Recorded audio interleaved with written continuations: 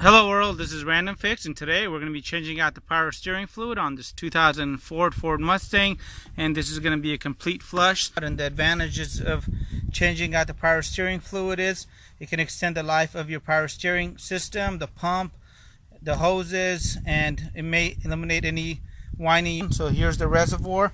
You can normally locate this on the vehicle. It will be somewhere in front up here. What you want to do is get the appropriate fluid. I never recommend getting a over-the-counter one-fits-all application as far as this kind of fluid. You want to get the right fluid.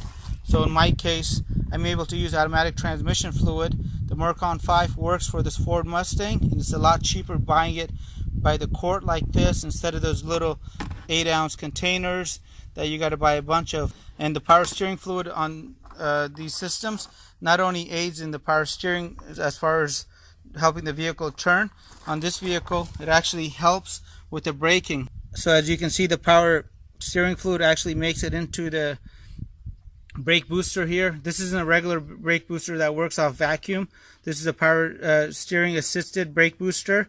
And so you really want to make sure you keep an eye on that. It's not only going to affect your power steering system, it's also going to affect your braking system. So what I'm going to have to do is lift this vehicle up into the air. And once the vehicle is lifted, we're going to be unplugging the power steering hose that runs in front of the radiator here to cool off. We're going to be unplugging that, and we're going to be flushing this fluid through the system. And this is going to be a lot more effective than just sucking the fluid out the top here. Alright, let me just begin off with showing you guys what the fluid kind of looks like. That way you guys get an idea before I climb underneath and show you what's going on there. So this is our fluid currently. You can see it's completely black.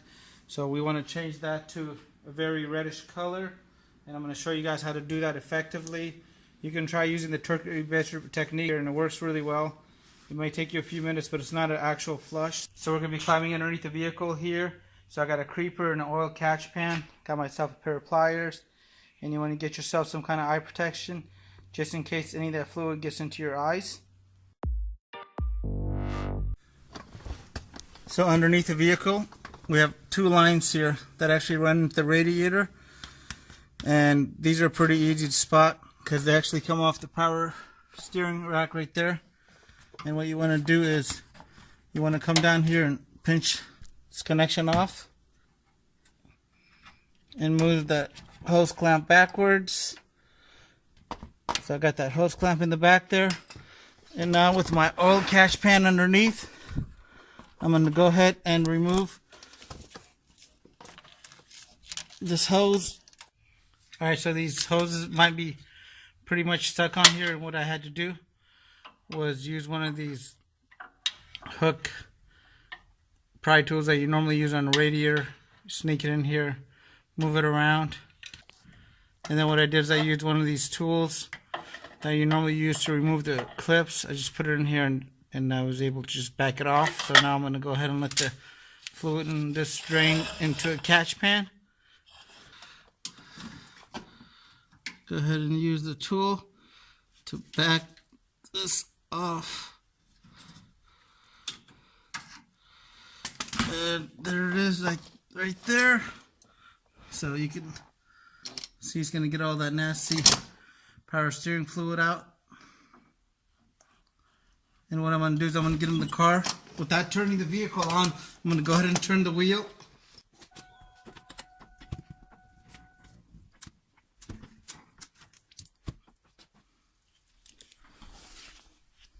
And what you also want to do is you want to make sure you keep an eye on the reservoir, make sure it doesn't go all the way dry. When the reservoir starts running a little low, go ahead and reconnect this back on here.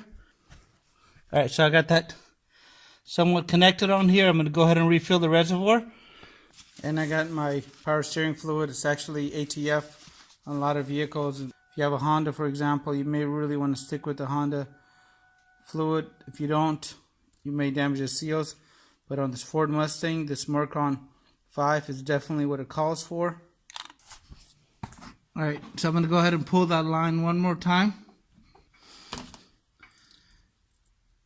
I'm going to go ahead and let this dump out. You can see that the fluid is getting really clean.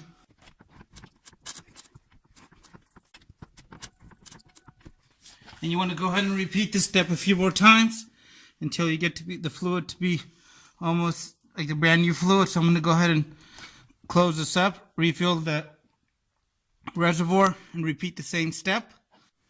Alright, so I'm on my second bottle here. I went ahead and repeated the step a few more times. And what I'm going to do now is I'm going to go ahead and permanently close off the tube down here at the bottom. So that way I'm done with this part. Alright, so I'm going to go ahead and push this pipe back in place. Alright, so I got everything back together. The power steering hose is back on. The clamp is back in place. Got the little retainer in there. I'm going to go ahead and wipe all this down. And with that wiped down, I'm going to go back inside the vehicle and start flushing everything through the system and getting any air that may be in there out. So everything's put back together. I got plenty of fluid in here. Still right here. I actually don't want to fill it up all the way because it actually splatters with the top off. Alright, so with my vehicle off, I'm going to go ahead and turn the steering wheel from lock to lock about 12 times. And this is really going to help push the air through the system.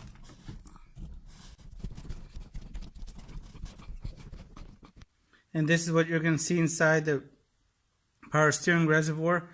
You can see there's bubbles. And you want to go ahead and repeat this step a few more times. Again, 12 turns.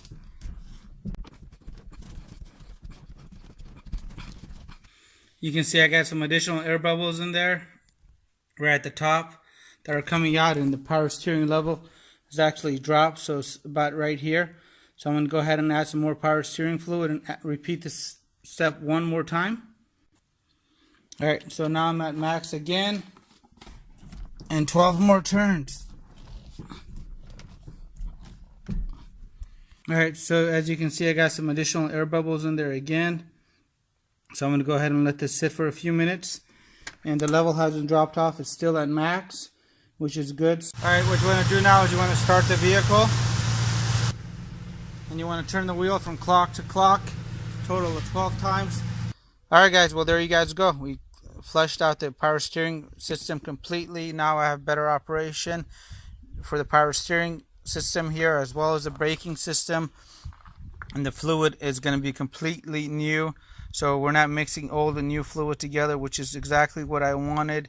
If this is the first time you're visiting this channel, please consider subscribing for more time and money saving videos just like this. And if you like the video, give it a thumbs up. Have a great day. If you guys have any comments, hit the subscribe button, and I really appreciate your continued support.